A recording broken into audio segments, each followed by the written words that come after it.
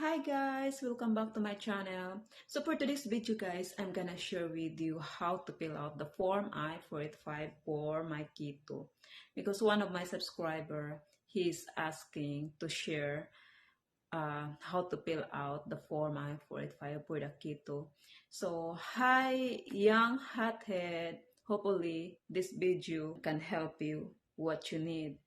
But disclaimer guys, this video is just based on my own experience. I'm not a lawyer here. So let's start. Hi guys, so this is the form I-485 for my Keto. So I'm gonna share with you how I fill out the form I-485 for my Keto. So we're gonna start here, because this place here, this is if you are going to use an attorney, but I'm going to sign this. We are not going to use an attorney. So I start here. Here, you have to read it information about the person applying for the permanent residence. So I'm gonna put here the family name of my Keto, given his first name and then middle name. And then here, other names you have used since birth. So if your Keto is using different name before, you are going to put that right here. But if since birth, your Keto is not using different name, so just put in here. And then here, don't forget to put the alien number here. So here,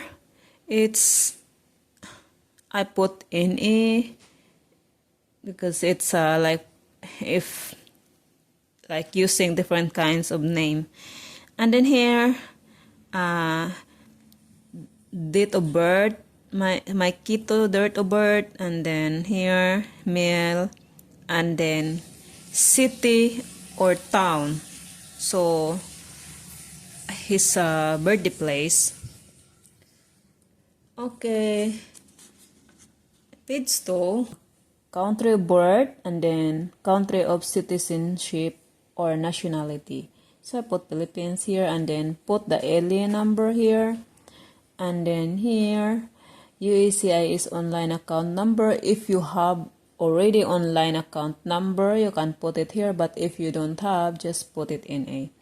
And then here, US mailing address. I put my name here, mother name, and then I put my US address here. And then if you are living in the apartment, or you can put here, and then city of town, and then state, and then zip code. And then here, alternate and or save mailing address. So if you have another address to alternate, you can put it here. Has the Social Security Administration, SSA, ever officially issued a Social Security card to you? So because me, I have already Social Security, but for my Keto, he don't have Social Security yet. So I put here no, because he don't have security, right? Social Security. And then here, if you answer this, provide information request in item number 15. But because he don't have, so I don't put anything here. And then it's asking here, do you want the ISIS to issue your Social Security card? And then I put yes here, because I want my Keto to have Social Security card, because they are the one who provide that. So, and then here, consent for disclosure. So I authorize disclosure of information from this application to the SSS as required for the purpose of assigning me an SSN and issuing me a Social Security card. So I put yes here. And then here, it's recent immigration history. So provide information for item numbers 18 to 24 if you last entered the US states using a passport or travel documents. So I put passport number here, my Keto passport number here, and then travel document number used at last arrival, I put NE, and then expiration date, I put the expiration date of his passport, and then country that issued this passport. So I put Philippines because we get his passport from the Philippines. And then here, it's the nominee grant visa number from this passport.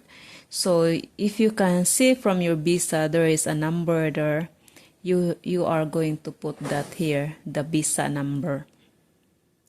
And then here, so place of last arrival into the United States. So we arrive in the Texas. So we put here, and then date of last arrival.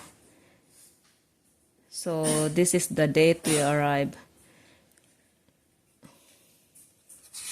We arrive here in the US. So next, information about you. Person applying for lawful permanent residence continue. So when I last arrived in the United States, I put this was expected at the port of entry, and so I put this one, and then I keep it blank here. But just read it, guys. Maybe this is applicable for you, or applicable for your Quito. So, and then here, if you were issued a Form I-94 Arrival Departure Record Number. So this is Form I-94 Arrival Departure Record Number. So I put the Arrival Departure Number. So you can find that in Form I-94. And then the expiration date of authorization at Form I-94. So this is the expiration date, and then I put here status of Form I-94. So I put Quito because this is for my Quito, and then what is your current immigration status if it has changed since your arrival. So I put Quito visa, and then I put here Q1 is now married. So this is for the Quito visa, and then Q1 is now married for me. So here, provide your name exactly as it appears on your Form I-94. So I copied the Form I-94. It's just the last name and the first name. It's writing in the Form I-94. So that's only that I copy. I don't put the middle name because it's not writing in Form I-94 that it's writing the middle name. So you have to copy what is in writing the Form I-94. And then here, application type of filing category. So just read it here, and then family base. So I put this one person admitted to the United States as a fiancé or child of a fiancé of an US citizen, Form I-129F. So I put this one, Q1 Quito nominee grant. So just read it, guys. And then here, I leave it blank. But please, I want you to read it. Maybe it's applicable for you. And then here, application type of filing category. So I just leave it blank here. And then, are you applying for adjustment based on the Immigration and Nationality Act INA section? So I just put no here. So it's saying here, if you answered yes to item number 2, you must have selected a family base. So just read it here, but I put no. And here, it's information about your immigrant category. If you have the principal applicant, provide the following information. So I put my receipt number here. Did you remember, if you can remember your receipt number in the Philippines while you are filing the Q1 visa, that it's starting the WEC2 and then the number. So that's the one you are going to put. I think you can find that in BC number something, but it's starting the WEC2. So it's like this, WEC then 2, that's starting the number. So you are going to put here, and then priority date from underlying petition. So you will put the date. If you are derivative applicant, the spouse or unmarried child under 21 years of age of principal applicant, provide information. Provide the following information for the principal applicant. Principal applicant name. So I put my name here. I put my last name, first name, middle name, and then here it's principal applicant, a number. So this is my alien number here. And then here, principal applicant, date of birth. So I put my date of birth here. And then here, again, receipt number of principal underlying petition. So I put again here the WEC2. And then there is a number writing there. And then priority date of principal applicant underlying petition. To be honest, I think this the priority date. This is the priority date. This is, you can find this in the NOE1. I forgot exactly, but I think you can find this in NOE1. This is the priority date. And then here, Part 3, additional information about you. So, have you ever applied for an immigrant visa to obtain permanent resident status as a U.S. embassy or U.S. consulate abroad? So, I put no here. And then here, if you are answered, so I just put NA here. And the next here, additional information about you. So, this is address history. So I put the address, my address here in the US, this one. So street number, and then city of town, and then state, zip code, then country. And then here from dates of residence. So this is the date when we arrive here.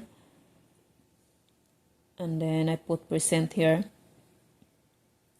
And then physical address. So physical address 2, this is our address. This is the address in the Philippines. So this is our address in the Philippines. This is writing here, physical address 2. So date of residence. This is my son's birth date, and this when we arrive here.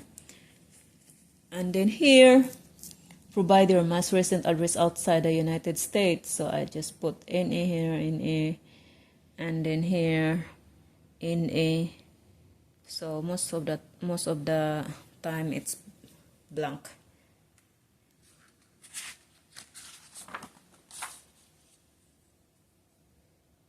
Okay, here part 3, page number 6. So additional information about you. So name of employer or company, like if you have, they are asking if you are working. So I just put NA here. I just put NA, and then here it's NA. So here information about your parent one. So I put my name here as a parent. So last name, first name, middle name, and I put here parent one name of birth. So what is writing in the birth certificate of the Quito. So I am the mother. So I put my last name, first name, middle name here, and my birth date here, and then female, and then city of town in the Philippines, and then country of birth. Information about your parents, current city or town residence. So this is the current city, our address here in the US, and then I put here USA. Information about your parent too. I put name of the father of my Quito, what is in it's writing in his birth, in my Quito's birth certificate. So I put the name of his father here, that this is the name of his father here, because you have to follow what is writing in the birth certificate, so you will not have a problem.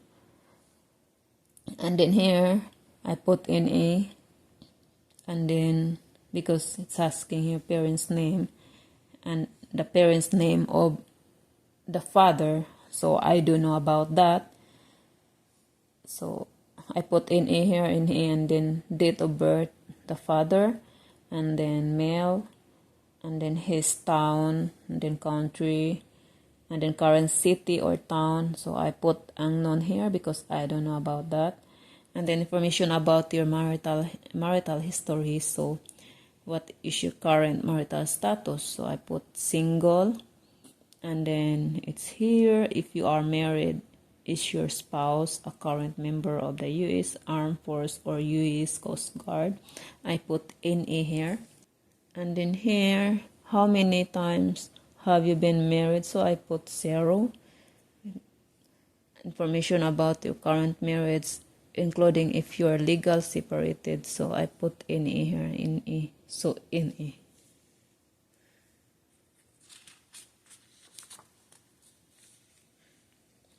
And here, so most of the time information about your marital history, because I put NA the last page, so it's like most here it's NA, NA, NA. So NA, no answer, no answer, no answer, no answer. Just I just want you to read all of that. Maybe it's applicable for your kid too. And then here,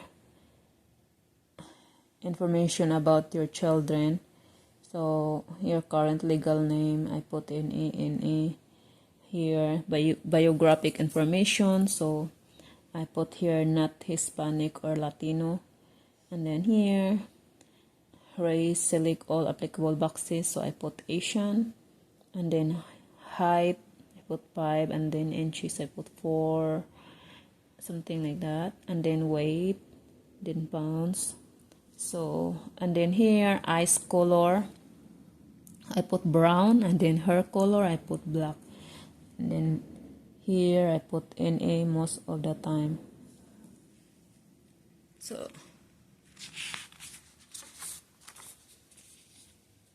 okay. And then here, so I put NA, general eligibility and inadmissibility grounds. So NA, NA.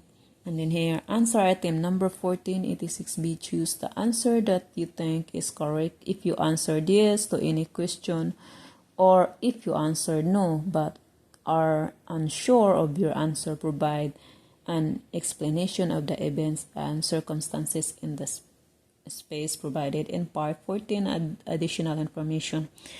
So I put, have you ever been denied admission to the United States? I put no. Have you ever been denied a visa to the United States? I put no. So most of the time here, you have to read it, because most of the time here I put no, because it's not applicable for us. Here, it's not applicable for my Quito.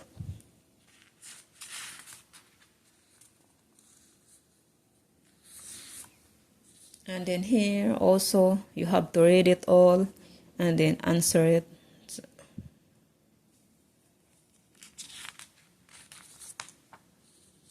And then here, page 12 also, you have to read it all and answer it. And also here, page 13. And here, you have to keep in mind that this 61, this is the number 61, page 13. Are you subject to the public charge ground of inadmissibility under INA section 212? So this one, I put no here. I'm really confused about this part. I put no here. So what happened when we send to the USCIS? They will send me RFA, request for evidence, because they said that it's supposed to be yes here. So I print out over again all these papers, and then I correction here this one until number 68 at the back. So what we do here, this no here, I put no here. Don't copy this for your Quito. It's supposed to be yes, the answer. And you have to answer here, because it's saying here, if you answer. So don't copy this no. Otherwise, if you copy this no and then you keep it blank here, you will get request for evidence from the USCIS. So here, you have to put yes, and then if you are answering yes to the item number 61, complete item number 62 to 68D below. If you answered no to the item number 61, go to the item number 69A. If you need extra space, so because you have to answer yes here, so you will not get RFE. And then here, what is the size of your household? So how many people in the house in the US, like in your house where you are living, like me, and then my husband, and then my 2 kids. So I put 4 here. And then here, indicate your annual household income. So just put the income as like, I don't know how much your income you put here. You put this one, this one, this one, this one, or this one. So it's up to you how much the income you have. So identify the total value of your household assets. So you have to choose which one of this here. So the income of your house. And then here, so here, identify the total value of your household liabilities, including both secured and unsecured liabilities. So choose here which one of this one. And then what is the highest degree or level of school you have completed? So I put here, because I'm filing for my KITO, so I put the educational certificates of grade 1 to 11. This one. And then here, list your certification license skills obtained through work experience. I put in the school grade 11. And here, have you ever received supplement security income? So just read it here. I put no here. And then, have you ever received long term? So we don't get any of that, so I put no here. And then if you answer to item number 68, yes, list the specific. So it's saying here, if you answered item number 68 is yes, list the specific benefit you have. So I just put NE here and then NE here. So that's what I do. And then here again, so you have to read it most of the time here. We just put no, no, no, no, no, no, no. Just read it so you will understand what is the question. And then here, so page 17. So this is the part 10. I just writing here, applicant signature. So I am the one who is signing here because my kiddo is underage. So I am the one who's signing here, and then I put here mother of minor child. Applicant's contact information. So I put the telephone number of my husband, because I don't memorize my telephone number yet. So I put the telephone number of my husband, and also here, and then I put my email address here. So if they are going to send something to you about your application, they will send it to your email. And the next here,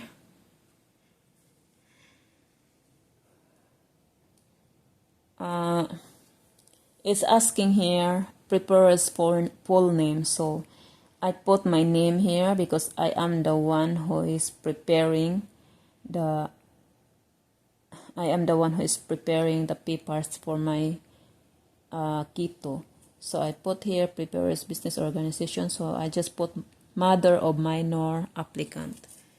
And then here, so preparer's mailing address. So I put my address here, my US address.